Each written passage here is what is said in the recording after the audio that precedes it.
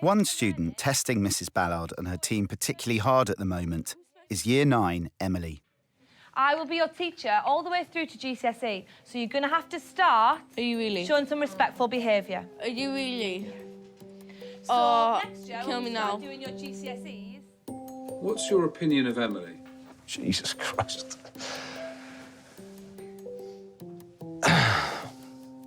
Emily.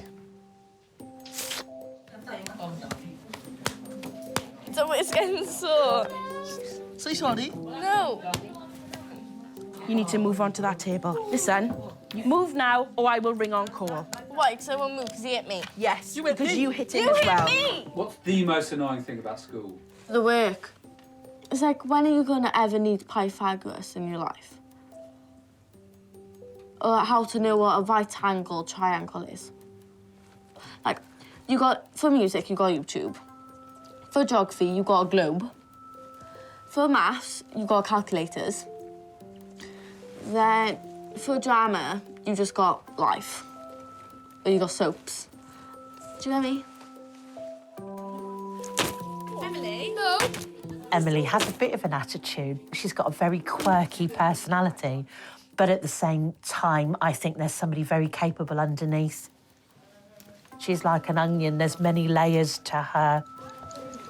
Someone got links on, it's you and it.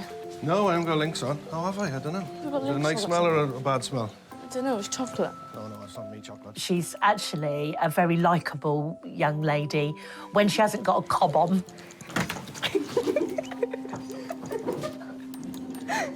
Are you a good pupil? No. I'm gonna report to everyone. I'm gonna report to him, and I'm gonna report to Miss Charles, and I'm gonna report to Mr. Edwards.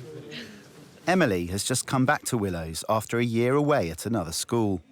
Since her return, her poor behaviour has been puzzling the senior staff. Emily's come back to us after going up to a school in Scotland, and actually how we've been sort of trying to catch her up. You see a lot of silly behaviour when she came back, you know, in the corridors and stuff, and some foul language. Her language around the school is... Yeah, it's fine. It is difficult for us to understand what's making her tick. Emily, inside your lesson. Stop screaming at me! Bloody hell! Emily is different, and I just think we still haven't quite worked her out. It's period 3, and Emily has an English class with Miss Charles. Emily, in your chair. You know, it is constant. It's like every 2 seconds, phone away, jacket off, listen up, do this. I'm thinking, I'm boring myself with these instructions, like, this is so bad. Year 9. Can everybody just pop their pens down, look this way? Some of you, Emily. Emily? When you first came to Willows, were you good in class? Pretty much. I just, like, have one detention. And now I'm on, like, an hour every single day. What happened? Dunno. It's, like, changed. Emily, Emily, look at me. Emily, okay. This piece of work here is so high level. So the fact that you now have decided you're not going to be doing much is really sad for me because you've got so much potential. So let's knuckle down, finish the task so that you can get a high level, because I want you to finish this year on like a level 6 or a level 7. And at the moment, I don't have any evidence to support that, but I know that you're a high level. Often pupils misbehave because they struggle with the work. So often that means that maybe they need a bit more help or a bit more kind of guidance. Whereas Emily, when I saw some pieces of work that were brilliant, that was really alarming because I was thinking, well, it's nothing to do with struggling with the work. There's something else going on here. OK, any pens must be picked up. Girls, bring your books over and you can leave. Emily, you can't leave because your table's an absolute state. Right, you go isolation. I'm in isolation. I've been there already. It's halfway through term, and Year 9 Emily is continuing to get on the wrong side of staff. I need to speak to you now. I was swearing at Jamie. I don't care. You don't I've already swear. been in isolation. Once you're I sticking me in don't. again. Listen to me. You swear there's no place like that in school. Do you understand that? There's loads of people. Oh my I God. don't care. Not in my class. Not in this school. Outside, you can do anything you want. I've already been in isolation once. You ain't sticking me in again. Well, then don't swear. Disgusting language. How can you not see that? You come into class, I give you the work, and you come up with the language. It's disgusting. Jamie said something. I told to Mr. Hennessy he was disgusted. Oh my God, okay. Stop being rude and come to work. That's all you got to do. That's why you come to school. Not to swear, to sit down and do some work.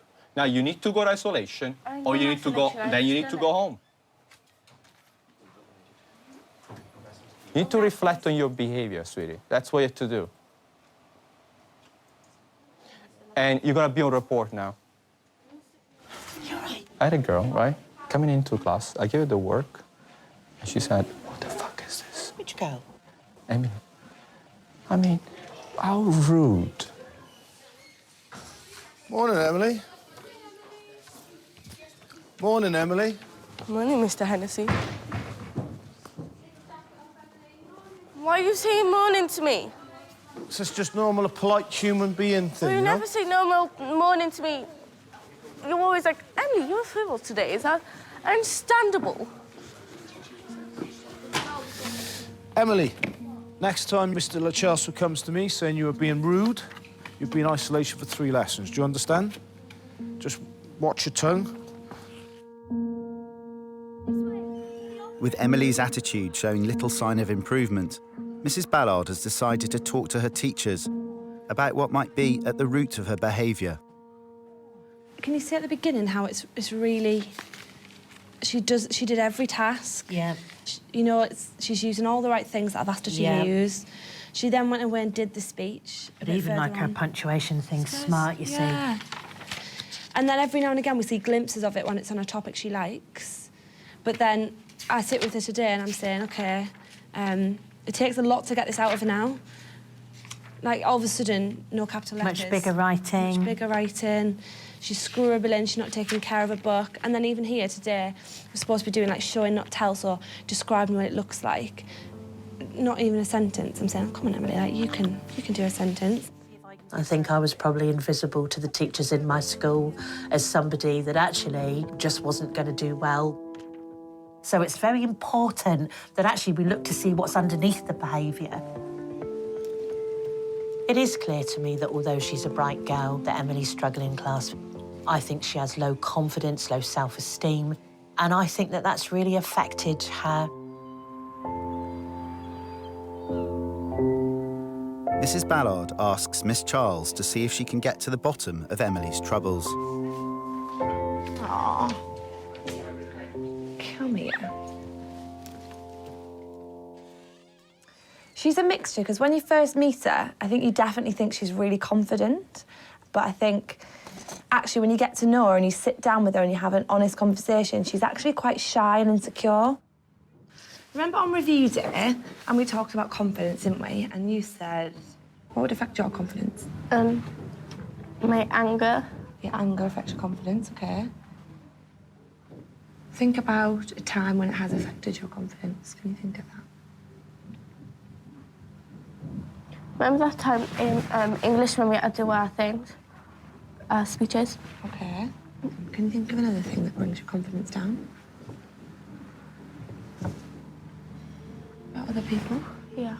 What about them? What makes Like, them? what they could say about it. OK. So what they might say about you.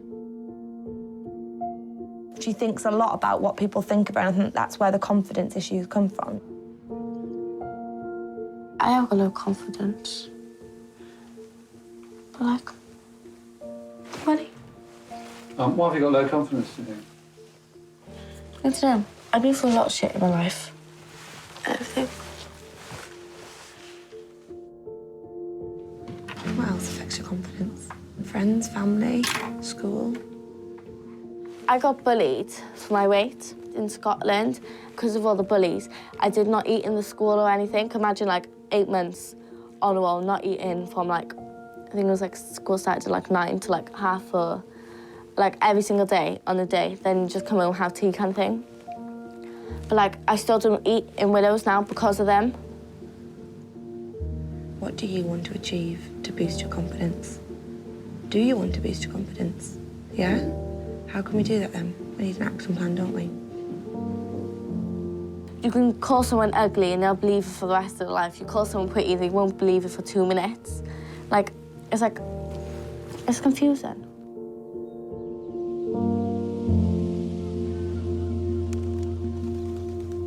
Following the chat with Miss Charles, Mrs. Ballard has a plan. Why does she want me for? I don't know. How's your behaviour been? Your behaviour been good? She hopes to boost Emily's confidence by focusing on her good work rather than her bad behaviour. I do believe that she's somebody that's capable. I do believe that she's somebody that once we've got her settled down, that actually she will begin to do well. She just needs to believe in herself. Hello, hello. Oh, come in. It doesn't look too bad, does it? Don't look too scared. I want to tell you something. Sit down. I shut the door. Yeah, thank you. Last week, you went in... I came up to watch Miss teaching English. And as part of that, I sort of had a look through everybody's books. You are far too smart to be in that class. Do you know that? You're far too smart to be in that class. And shall I tell you what I could tell? I could tell from the beginning when you started there, like how strong your work was and how well you were doing it, till you sort of lost hope a bit in there. I tell you, I brought your book down because I particularly wanted to show you what I meant. Do you want to come and have a sit over here for a second? Before I was a head teacher, I was English specialist.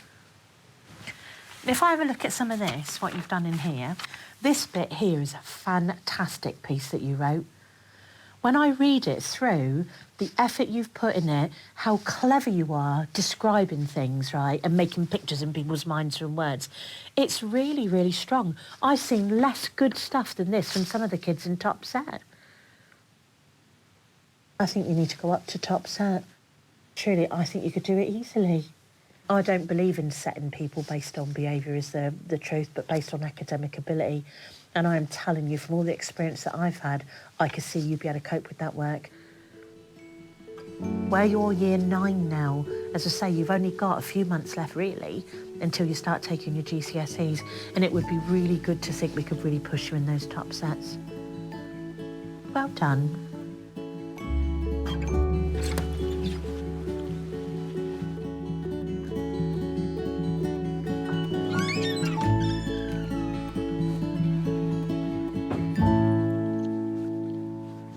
It's maths with Mr. Lachelso for the Year 9s.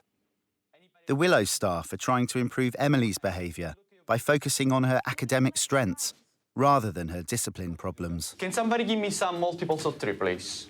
Our strategy with Emily is a simple one. It's to help her gain the confidence to be her true self in school. I think listening and talking to her child makes a massive difference. With a bit of positive praise and encouragement from her teachers, we can make it stick and she will begin to excel. Yesterday, we talked about also prime numbers. Can somebody give me an example of prime number? Let's go with... 2.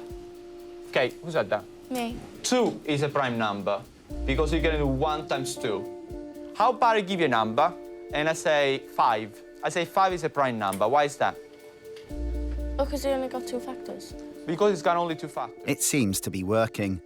In the last 2 weeks, her referrals have halved. It's easier to mess around than it is to understand the work. But you need to learn to keep your head down and focus. Where are you? Can you give me your... Yeah, I'm going to give actually a couple of praise cards here. Yes. You did very well today. So show it to Mom, yeah? Mm-hmm. Today is what? Yeah, let me say. Today is for... How would you like people to think of you? Not so much as a bad person. Oh, no, we can't close them all. We gotta open them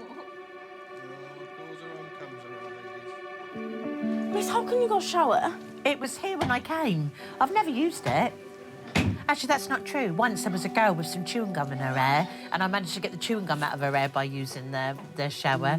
But it's a bit embarrassing, really, isn't it? Like having all your own shower and everything. That's amazing. I was a shower in my office.